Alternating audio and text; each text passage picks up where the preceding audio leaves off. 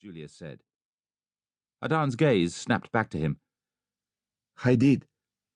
He was trying to rape my mother. Adan felt an obscure relief. Now they would kill him, and his parents would be released. Julius watched him. The young Spaniard was trembling, and with reason. He had only to give the order, and Adan would be executed. But a memory stayed his hand. "Why have you given yourself up, Adan?" My family have been taken in for questioning, General. They are innocent.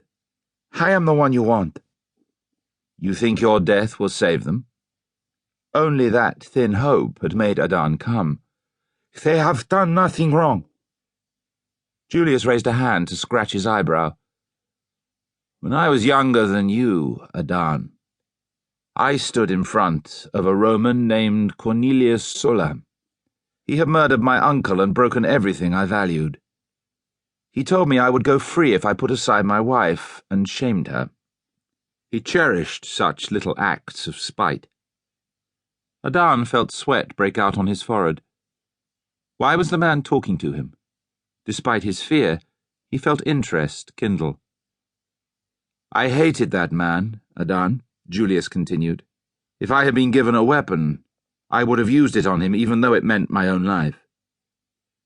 I wonder if you understand that sort of hatred.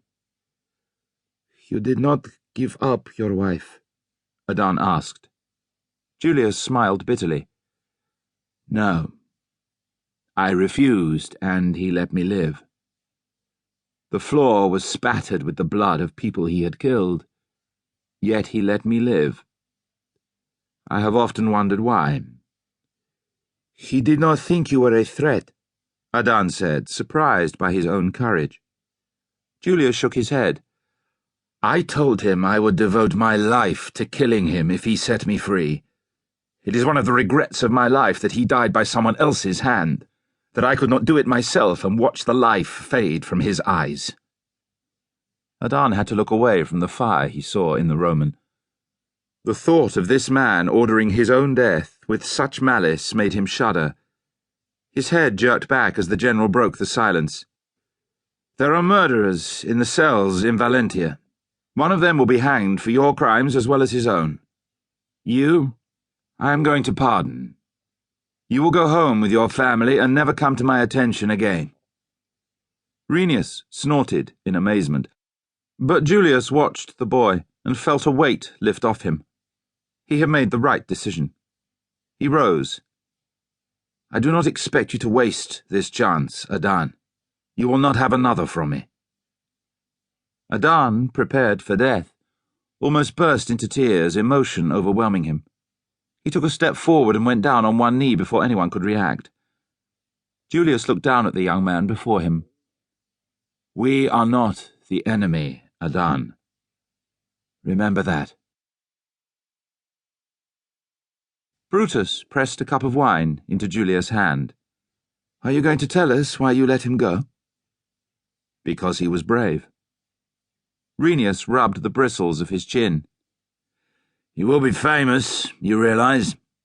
He will be the man who faced us and lived. They'll probably make him mayor when old Del Supio dies. The young ones will flock around him, and before you know it— Enough, Julius interrupted, his face flushing. The sword is not the answer to everything, no matter how you may wish it so. We have to live with them without watching every alley and track for ambush. His hands cut shapes in the air as he strained to find words for his thought. They must be as Roman as we are, willing to die for our causes and against our enemies. Pompey showed the way with the legions he raised here.